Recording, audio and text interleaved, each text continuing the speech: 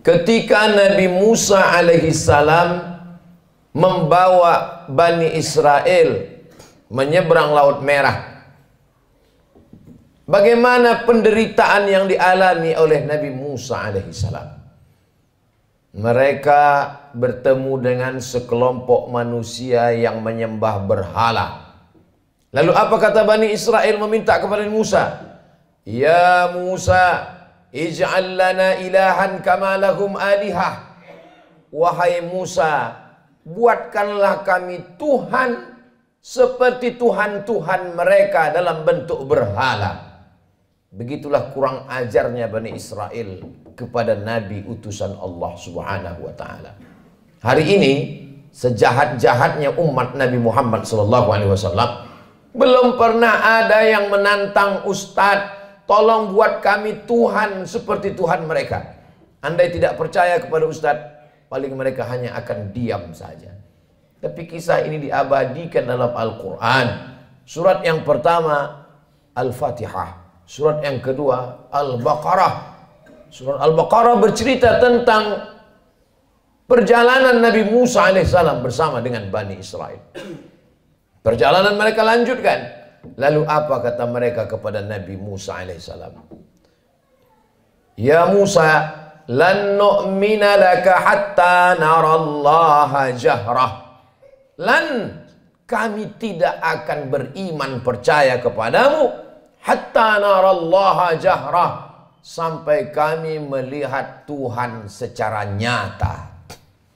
Sebelum Tuhan itu terlihat nyata, kami tidak percaya kepadamu, wahai Musa. Begitulah tingkah pola mereka kepada Nabi utusan Allah Subhanahu wa ta'ala. Ke negeri kita di Nusantara cukup dikirimkan Allah wali-wali saja. Wali Songo di Pulau Jawa, para alim, para ulama. Tidak perlu Nabi. Menunjukkan dokter spesialis yang datang ke rumah orang kaya. Satu sisi menunjukkan kehebatan, tapi di sisi lain juga menunjukkan bahwa ada penyakit kronis yang sulit untuk disembuhkan oleh dokter biasa. Begitulah Nabi Musa yang amat sangat kuat, sangat hebat berhadapan dengan Bani Israel yang tingkat kejahatannya juga luar biasa. Di gurun pasir tidak ada tanaman tempat bernaung dan berlindung. Mereka meminta kepada Nabi Musa alaihissalam, tolonglah engkau berdoa kepada Tuhan wahai Nabi Musa, supaya kami bisa ada naungan dan makanan. Wa dhallalna alaihimul ghamama, kami turunkan awan untuk menaungi mereka. Lihatlah bagaimana doa Nabi Musa terkabul. Kalau melihat tingkah pola Bani Israel, Allah sangat marah. Tapi karena kelembutan Nabi Musa, wa dhallalna alaihimul ghamama wa anzalna alaihimul manna wassalwa, kami turunkan makanan yang manis dan yang asin. Yang asin, sebagian ahli tafsir mengatakan panggang burung. Yang manis adalah untuk cuci mulut mereka. Lalu apa permintaan Bani Israel? Kita kalau diberi makanan bersyukur kepada Allah, alhamdulillah. Tapi apa kata Bani Israel? Lan nasbira ala ta'amin wahidin, kami tidak sabar kalau makanannya cuman ini. Kami minta supaya Tuhanmu menurunkan kepada kami wafumiha wa adasiha wa basaliha.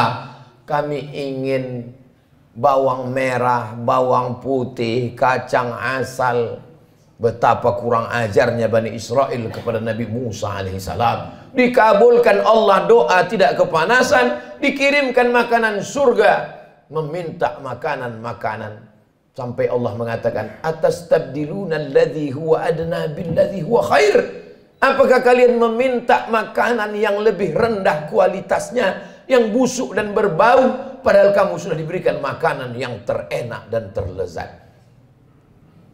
Semakin orang paham membaca Al-Quran, maka dia tidak terkejut atas perlakuan Bani Israel yang hari ini sudah menjadi sebuah negara. Negara itu bernama Israel. Hari berganti, musim berubah, zaman sudah modern, tapi tingkah, pola, cara mereka bertindak sudah disebutkan dalam Al-Quran. 1445 tahun yang lalu. Begitulah Allah Subhanahu wa taala ingin menceritakan kepada kita, kalau kita baca Al-Quran, fa'tabiru, ambil pelajaran bagaimana jahatnya Bani Israel. Ketika Allah Subhanahu wa taala memerintahkan kepada mereka untuk berperang bersama Nabi Musa alaihissalam, apa kata mereka Bani Israel? Idhab anta wa rabbuka faqatila inna hahuna qa'idun. Wahai Musa, pergilah engkau berperang bersama Tuhanmu. Inna hahuna qa'idun. Kami di sini duduk-duduk saja. Kalau kau mau perang, pergilah perang. Pergilah engkau berperang bersama Tuhanmu. Kami tak akan mau bersama engkau, wahai Musa alaihissalam. Berbeda dengan umat Nabi Muhammad sallallahu alaihi wasallam. Kalau diajak untuk berperang, mereka rela, karena prinsip hidup mereka adalah iskariman. Kalau hidupnya hidup mulia, au mut syahidan. Kalau matinya adalah mati syahid. Begitu juga ketika bala tentara pasukan Fir'aun mengejar mereka dari belakang. Mundur ke belakang, mati dibunuh Fir'aun. Maju ke depan, tenggelam di Laut Merah. Ketika itu apa yang mereka katakan kepada Nabi Musa? Ya Musa, inna lamudrakun. Kita akan tertangkap Musa. Kita akan ditangkap oleh pasukan, ya ditangkap oleh pasukan Fir'aun beserta bala tentaranya, wahai Musa. Ketika itu Nabi Musa menjawab, kalla, sekali-kali tidak. Inna ma'iya rabbi sayahdin. Aku akan selalu bersama dengan Allah Subhanahu wa ta'ala.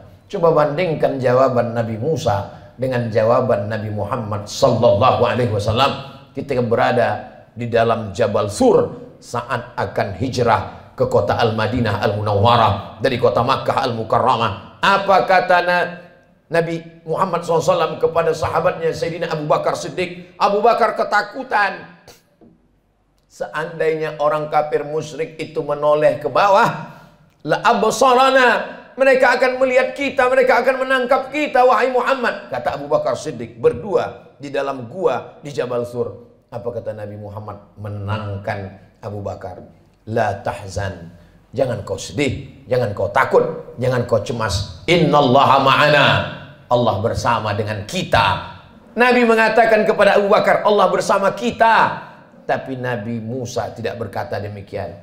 Allah bersamaku, tidak bersama kalian. Sahabat Nabi Muhammad ketakutan. Nabi Muhammad menenangkan orang ketakutan. Sahabat Nabi Musa menakut-nakuti.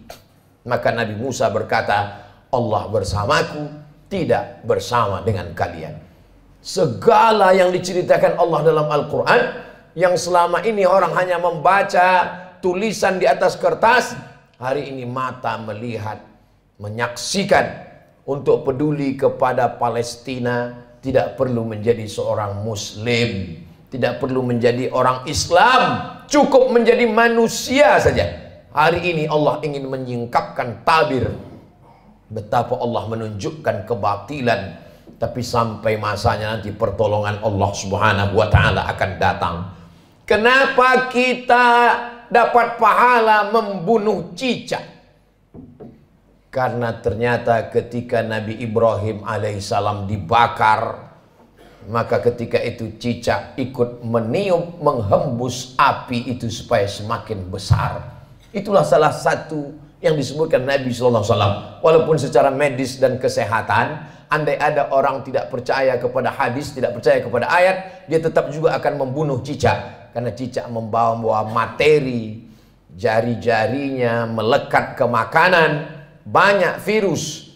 Tapi ada cerita di balik itu, bahwa dia ikut berkontribusi, walaupun hanya dengan hembusan napasnya, ikut membakar Nabi Ibrahim alaihissalam. Sementara burung pipit, ketika Nabi Ibrahim dibakar, harriquhu, nyalakan api, bakar dia. Burung pipit datang membawa setetes dua tetes air. Setetes dua tetes air yang dibawa oleh burung pipit untuk memadamkan api yang membakar Nabi Ibrahim tidak ada pengaruhnya. Lalu binatang yang lain bertanya, wahai burung pipit, untuk apa kau bawa dua tetes air memadamkan api yang bergejolak membakar Nabi Ibrahim? Kata burung pipit, aku tidak melihat efeknya, tapi aku hanya berharap ketika nanti di hadapan Allah waktu ditanya, apa yang sudah kau lakukan ketika mereka membakar Ibrahim? Aku sudah melakukan sesuatu. Jangan pernah menganggap sepele perbuatan kita hari ini. Kita tak bisa datang ke Palestina memakai baju perang, tapi kalau kita berkumpul bersama, mengumpulkan dana, duit itu akan dikirim melalui lembaga yang terpercaya. Di antaranya dompet duafa, untuk membeli susu bayi, untuk membeli selimut, untuk membuat sumur bor supaya mereka bisa makan dan minum. Maka bantuan itu sama seperti tetesan burung pipit yang memadamkan api Nabi Ibrahim alaihissalam. Jangan pernah tertawa melihat kebatilan. Kalau belum pernah bisa membela Palestina dengan nyawa, dengan harta, jangan pernah mentertawakan. Karena dulu 1945 ketika kita Presiden Insinyur Soekarno, Bung Hatta memproklamirkan kemerdekaan Indonesia, di antara umat di dunia ini yang mendukung kemerdekaan kita adalah Imam Amin Al-Husaini, seorang mufti. Jabatan tertinggi di Palestina dalam bidang agama dipegang oleh mufti. Mufti Amin Al-Husaini adalah orang pertama yang mengakui kemerdekaan Republik Indonesia. Amerika menolak kemerdekaan kita karena bersekutu, bersekongkol dengan Belanda.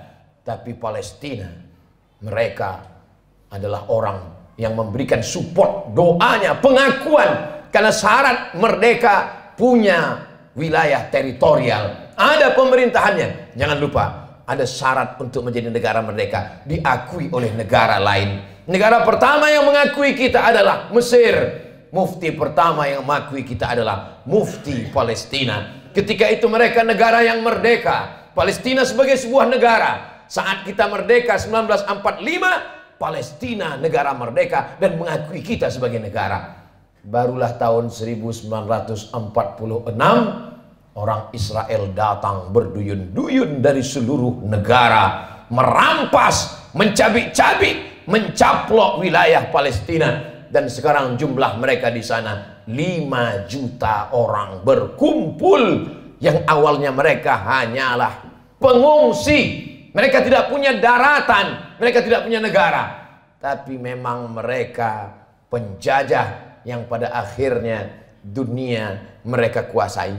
Satu-satunya negara yang tak dapat mereka kuasai adalah Palestina. Dari sejak kita kecil, mata kita menatap televisi tak berwarna. Yasser Arafat memperjuangkan. Hari berganti, musim berubah. Hari ini para pejuang, kalau kita tidak bisa menolong dengan tetesan darah dan nyawa, tidak bisa dengan harta, maka dengan doa. Panjatkan doa dalam qunut nazilah, mintakan dalam tahajud supaya Allah memberikan pertolongan, karena kita akan diminta tanggung jawab di hadapan Allah Subhanahu wa taala. Man lam yatam bi amril muslimin, siapa yang tak peduli kepada kondisi saudaranya, falaisa minhum, maka tidak diakui imannya kepada Allah Subhanahu wa taala. La yu'minu ahadukum, tidak sempurna iman kamu, hatta yuhibba li akhi, sampai engkau sayang kepada saudaramu, ma yuhibbu li nafsih, seperti kau sayang pada dirimu sendiri. Kalau ada orang Palestina yang kehilangan anak, istri, hidup sebatang kara, bagaimana kalau itu yang kita alami? Kalau ada orang Palestina yang hancur rumahnya, kelaparan, tempat makannya dibakar mereka, kebunnya, bagaimana kalau itu terjadi pada diri kita? Iman kita belum sempurna sebelum kita bisa merasakan perasaan yang sama seperti yang dirasakan oleh saudara kita. Kita tidak menjadi marah membabi buta. Kita tidak menjadi orang yang amat sangat keras kepada sesama. Tapi justru kita menjaga persatuan, kesatuan, mendoakan, mensupport, menjadi orang yang lebih baik di hadapan Allah Subhanahu wa ta'ala, melihat apa yang dialami oleh saudara-saudara kita. Mereka menangis bukan karena takut kepada Israel. Seorang ibu dikabarkan anaknya meninggal dunia. Lalu beberapa tentara mujahid fisabilillah menyampaikan, anak ibu meninggal dunia, gugur sebagai syahid karena dibunuh tentara Israel. Air matanya menetes, wajahnya haru. Lalu kemudian orang ramai datang memberikan takziah menyabarkannya. Sabar ibu, anak ibu sudah syahid, jangan menangis. Lalu tak lama dia menjawab, aku menangis bukan karena sedih anakku mati. Aku menangis, mengapa yang mati syahid cuma satu? Kenapa dulu aku tidak punya anak banyak dan semuanya mati syahid? Cita-cita anak Palestina yang tertinggi, diadakan survei lembaga internasional. Mereka berikan kertas, pertanyaannya, apa cita-citamu wahai anak Palestina? Cita-cita mereka adalah ingin mati syahid. Sejak 1946 Israel datang sampai hari ini 2023. Kenapa mereka tidak pergi ke Amerika, ke Eropa, ke Australia untuk mendapatkan suaka politik? Tak bisakah mereka menempuh jalur darat? Bisa. Kenapa mereka tidak pergi? Mereka ingin mati sebagai syahid dan tidak ingin meninggalkan bumi yang diberkahi, yang disebutkan dalam Al-Quran, Subhanalladzi asra bi'abdihi laylan minal masjidil haram ilal masjidil aqsa. Kalau hari ini kita merasa kasihan, sesungguhnya yang lebih layak dikasihani adalah diri kita yang tidak pernah mementingkan agama Allah, yang tidak pernah bercita-cita ingin menjadi syahid. Wa tilkal ayyamu nudawiluha bainan nas. Demikianlah hari itu kami tukarkan, kami pergantikan silih berganti. Untuk apa Allah buat ada tahun lalu dan tahun ini? Untuk apa Allah buat ada Jumat yang lalu dan Jumat ini? Liya'lamallahu alladzina amanu. Allah mau melihat siapa yang imannya istiqamah. Wa yattakhidha minkum syuhada. Allah ingin melihat siapa yang mati syahid. 17 Agustus bukan hanya sekedar mensyukuri nikmat kemerdekaan, tapi juga mengenang mereka yang mati syahid. Tanah yang kita injak adalah tetesan darah para syuhada. Tempat kita berjalan adalah kain kafan mereka yang mati syahid. Negeri ini merdeka karena mereka mati syahid. Siapa yang menyampaikan itu? Yang menyampaikan itu adalah para alim dan ulama. Kalau kita hari ini kasihan, sesungguhnya sisakanlah rasa kasihan pada diri kita sendiri yang belum tentu diterima Allah. Kita semua akan diminta tanggung jawab nanti di hadapan Allah Subhanahu wa taala. Salahuddin Al-Ayyubi, kalau dia ditanya Allah, apa yang sudah kau lakukan wahai Salahuddin? Salahuddin menjawab, aku sudah memerdekakan Palestina. Ditakdirkan Allah kita hidup tahun 2023. Zaman dulu kalau terjadi pembunuhan orang di Nusantara, nenek moyang kita tak tahu apa yang terjadi di Palestina. Beritanya lambat. Hari ini, pembunuhan di detik ini, videonya langsung di-share dan kita bisa melihatnya. Kita diminta tanggung jawab di hadapan Allah Subhanahu wa taala. Salat kita, puasa kita, zikir kita. Tapi jangan lupa, kita akan diminta tanggung jawab. Apa peduli kita kepada Masjidil Aqsa, tempat Isra Mi'rajnya Nabi Muhammad SAW. Mudah-mudahan Allah mengampuni segala dosa-dosa, kekhilafan dan kesilapan kita. Kita ajarkan kepada anak-anak kita tentang peduli kepada Palestina, tentang peduli kepada Masjidil Aqsa, tentang peduli kepada agama Allah Subhanahu wa taala.